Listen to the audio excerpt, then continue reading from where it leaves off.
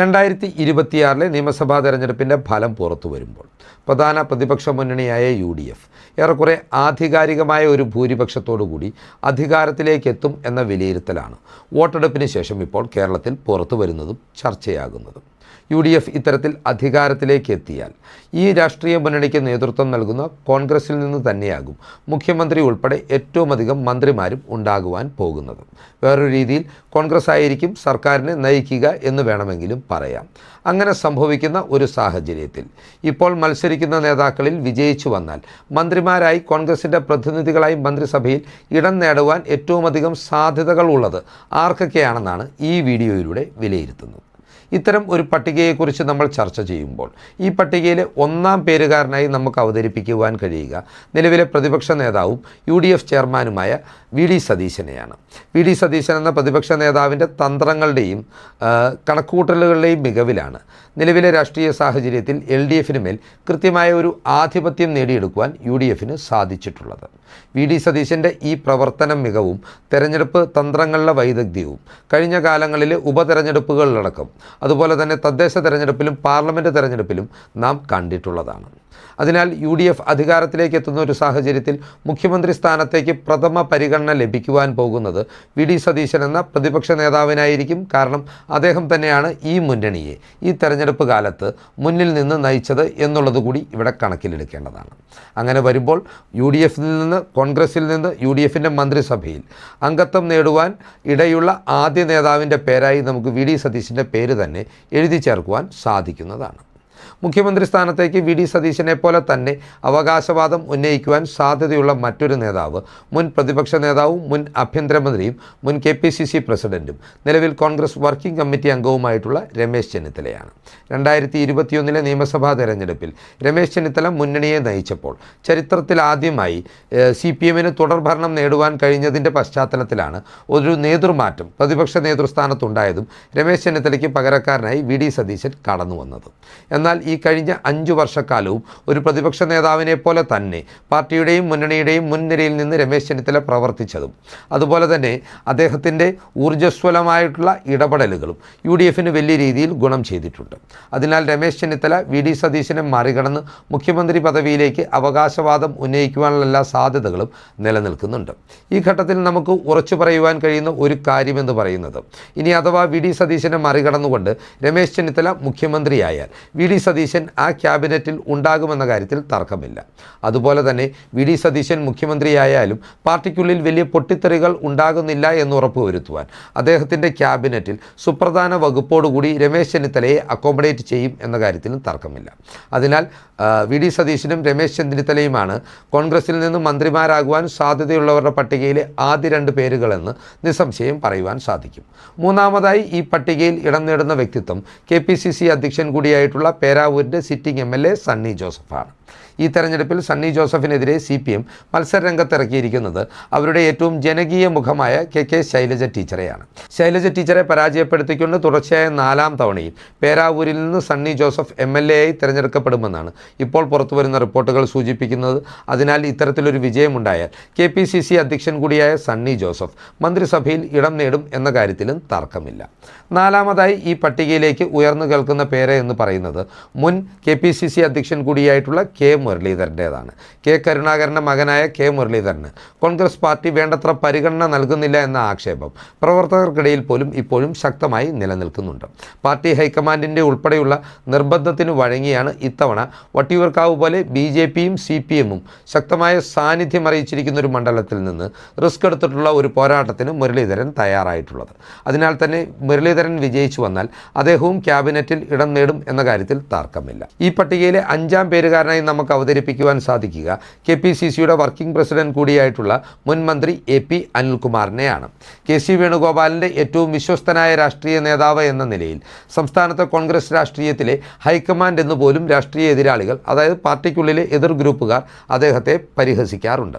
ഏതൊക്കെയാണെങ്കിലും UDFിൻ്റെ നേതൃത്വത്തിൽ ഒരു സർക്കാർ അധികാരത്തിൽ വരികയാണെങ്കിൽ വണ്ടൂരിൽ നിന്ന് വിജയം ഉറപ്പിച്ചു കഴിഞ്ഞിട്ടുള്ള അനിൽകുമാർ സുപ്രധാന വകുപ്പുമായി ഈ മന്ത്രിസഭയിൽ ഇടം നേടുമെന്ന കാര്യത്തിൽ ആർക്കും ഒരു തർക്കവും വേണ്ട. അനിൽകുമാറിനെ പോലെ തന്നെ ഈ പട്ടികയിലേക്ക് പരിഗണിക്കാൻ കഴിയുന്ന മറ്റൊരു നേതാവ് കോൺഗ്രസിൻ്റെ ഏറ്റവും മുതിർന്ന നേതാവായിട്ടുള്ള കോട്ടയത്തിൻ്റെ ജനപ്രതിനിധിയായിട്ടുള്ള തിരുവഞ്ചൂർ രാധാകൃഷ്ണനാണ്. ഇപ്പോൾ അദ്ദേഹം KPCC അച്ചടക്ക സമിതിയുടെ അധ്യക്ഷനാണ്. അതുപോലെ തന്നെ മുൻ ആഭ്യന്തരമന്ത്രി എന്ന നിലയിലും റവന്യൂ മന്ത്രി എന്ന നിലയിലും ഗതാഗത മന്ത്രി എന്ന നിലയിലും കഴിവ് തെളിയിച്ചിട്ടുള്ളൊരു വ്യക്തിത്വം കൂടിയാണ് തിരുവഞ്ചൂർ രാധാകൃഷ്ണൻ. തിരുവഞ്ചൂരിനെ പോലൊരു മുതിർന്ന നേതാവിൻ്റെ ഭരണപരിചയം കോൺഗ്രസിനും മുതൽക്കൂട്ടാകും എന്ന കാര്യത്തിൽ തർക്കമില്ല. അതിനാൽ തന്നെ തിരുവഞ്ചൂർ രാധാകൃഷ്ണനും വരാനിരിക്കുന്ന കോൺഗ്രസ് മന്ത്രിസഭയിൽ ഇടം നേടുമെന്ന് ഏറെക്കുറെ ഉറപ്പിക്കുവാൻ സാധിക്കുന്നതാണ്. ഈ കോൺഗ്രസ് പാർട്ടിയെ സംബന്ധിച്ച് പറയുമ്പോൾ ലീഗിൽ നിന്നുള്ള മുസ്ലിം മന്ത്രിമാരെ കൂടാതെ തന്നെ ഒരു മുസ്ലിം ന്യൂനപക്ഷ വിഭാഗത്തിൻ്റെ പ്രതിനിധിയെ അവർ അധികാരത്തിലെത്തുന്ന എല്ലാ ഘട്ടത്തിലും മന്ത്രിസഭയിൽ അക്കോമഡേറ്റ് ചെയ്യുന്ന ഒരു പതിവ് കോൺഗ്രസ് നേതൃത്വത്തിനുണ്ട്. ഈ സാഹചര്യത്തിൽ കൽപ്പറ്റ MLA ആയിട്ടുള്ള T സിദ്ദിഖ് അല്ലെങ്കിൽ ആലുവ MLA ആയിട്ടുള്ള അൻവർ സാദത്ത് എന്നീ 2 പേരുകൾക്കാണ് ഈ ഒരു കോട്ടയിൽ മന്ത്രിസഭയിൽ ഇടം നേടുവാൻ സാധിക്കുക എന്ന വിലയിരുത്തലാണ് ഈ ഘട്ടത്തിൽ ഈ വീഡിയോയിൽ അവതരിപ്പിക്കുവാനുള്ളത്. കോൺഗ്രസിൻ്റെ വർക്കിംഗ് പ്രസിഡന്റ് കൂടിയായിട്ടുള്ള കുണ്ടറയിൽ നിന്നുള്ള ജനപ്രതിനിധി PC വിഷ്ണുനാഥും ഇത്തവണ മന്ത്രിസഭ UDFൻ്റെ നേതൃത്വത്തിൽ രൂപീകൃതമായാൽ കോൺഗ്രസിൻ്റെ പ്രതിനിധിയായി മന്ത്രിസഭയിൽ അംഗത്വം നേടിയേക്കും എന്ന് വിലയിരുത്തപ്പെടുന്ന ഒരു നേതാവാണ്. A ഗ്രൂപ്പിൻ്റെ പ്രതിനിധിയായ PC വിഷ്ണുനാഥ് താരതമ്യേന ചെറുപ്പക്കാരനായ ഒരു നേതാവ് എന്ന നിലയിൽ കൂടി മന്ത്രിസഭയിൽ ഇടം പിടിക്കുവാൻ സാധ്യതയുള്ള ഒരു വ്യക്തിത്വമാണ്. UDFനെ സംബന്ധിച്ച് സമുദായിക സമവാക്യങ്ങൾക്ക് അവർ ഏറെ പ്രാധാന്യം മന്ത്രിസഭാ രൂപീകരണത്തിൽ ഉൾപ്പെടെ നൽകുവാറുണ്ട്. അത്തരമൊരു സാഹചര്യത്തിൽ ഈഴവ സമൂഹത്തിൻ്റെ പ്രതിനിധികളായി ഒന്നിലധികം നേതാക്കൾ മന്ത്രിസഭയിൽ ഇടം നേടുമെന്ന കാര്യത്തിൽ തർക്കമില്ല. നിലവിലെ രാഷ്ട്രീയ സാഹചര്യങ്ങൾ പരിഗണിക്കുമ്പോൾ ഇത്തരത്തിൽ വിജയിച്ചു വന്നാൽ ഈഴവ സമൂഹത്തിൻ്റെ കൂടി പ്രതിനിധിയായി പ്രഥമ പരിഗണന മന്ത്രിസഭയിലേക്ക് ലഭിക്കുവാൻ പോകുന്ന ഒരു നേതാവ് M ലിജുവാണ്. കായംകുളത്ത് അതിശക്തമായ മത്സരമാണ് പ്രതിഭയ്ക്കെതിരെ അദ്ദേഹം കാഴ്ചവെക്കുന്നത്. നിലവിലെ റിപ്പോർട്ടുകൾ അനുസരിച്ച് ലിജുവിൻ്റെ വിജയം ഏറെക്കുറെ നമുക്ക് ഉറപ്പിക്കുവാനും സാധിക്കും. അങ്ങനെ സംഭവിച്ചാൽ M ലിജു UDF മന്ത്രിസഭയിൽ കോൺഗ്രസിൻ്റെ പ്രതിനിധിയായി അംഗത്വം നേടുവാൻ ഏറെ സാധ്യതയുള്ളൊരു നേതാവാണ്. ഈഴവ സമൂഹത്തിൻ്റെ പ്രതിനിധി എന്ന നിലയിലും വനിതാ പ്രതിനിധി എന്ന നിലയിലും ഒരു വെടിക്ക് 2 പക്ഷി എന്നതുപോലെ മന്ത്രിസഭയിൽ ഇടം നേടുവാൻ സാധ്യതയുള്ള മറ്റൊരു നേതാവ് കൊല്ലത്ത് നിന്നുള്ള കൊല്ലം സീറ്റിൽ മത്സരിക്കുന്ന മുൻ DCC അധ്യക്ഷ കൂടിയായിട്ടുള്ള ബിന്ദു കൃഷ്ണയാണ്. ബിന്ദു കൃഷ്ണയെ സംബന്ധിച്ച് 2021 നിയമസഭാ തെരഞ്ഞെടുപ്പിൽ M മുകേഷിനെതിരെ അവർ അഭിമാനകരമായ പോരാട്ടമാണ് കാഴ്ചവെച്ചത്.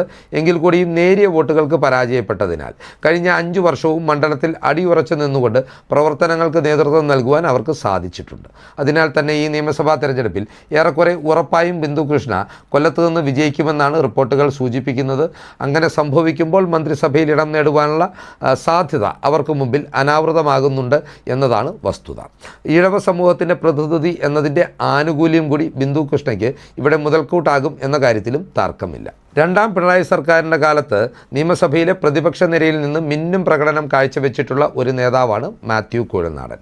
സാമുദായിക പരിഗണനകൾ കണക്കിലെടുക്കാതെ മികവിന് പ്രാധാന്യം നൽകുവാൻ കോൺഗ്രസ് ഒരു തീരുമാനമെടുത്താൽ KC വേണുഗോപാലിൻ്റെ വലം കൈയായി സംസ്ഥാനത്ത് അറിയപ്പെടുന്ന നേതാവായ മാത്യു കുഴൽനാടനും മന്ത്രിസഭയിൽ ഇടം നേടും എന്ന കാര്യത്തിലും തർക്കമില്ല.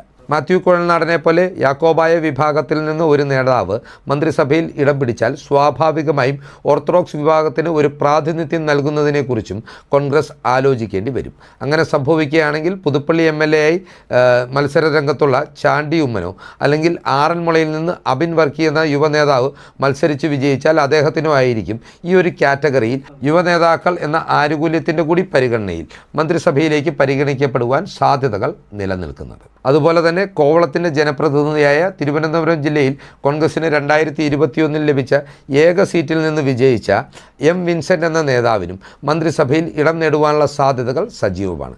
തലസ്ഥാന നഗരിയുടെ പ്രതിനിധിയായ ഒരാൾ മന്ത്രിസഭയിൽ എത്തുക എന്നത് കോൺഗ്രസിനെ സംബന്ധിച്ചും ഏറെ സുപ്രധാനമാണ്. അതിനാൽ തന്നെ തിരുവനന്തപുരത്തു നിന്നുള്ള പാർലമെൻ്ററി അനുഭവം വെച്ച് ഏറ്റവും സീനിയറായിട്ടുള്ള നേതാവ് M വിൻസെൻറ്റിനും മന്ത്രിസഭയിൽ പ്രാതിനിധ്യം ലഭിക്കുവാനുള്ള സാധ്യതകൾ കൂടുതലാണ്. ഇത്തരത്തിൽ കോൺഗ്രസിൻ്റെ പ്രതിനിധികളായി വരാനിരിക്കുന്ന UDF മന്ത്രിസഭയിൽ ഇടം നേടുവാൻ സാധ്യതയുള്ള നേതാക്കളെക്കുറിച്ചുള്ള ഈ വീഡിയോ ഇവിടെ അവസാനിപ്പിക്കുകയാണ്. കൂടുതൽ രാഷ്ട്രീയ വാർത്തകൾക്കും വിശകലനങ്ങൾക്കുമായി ഞങ്ങളുടെ ചാനൽ സബ്സ്ക്രൈബ് ചെയ്യുക. നന്ദി.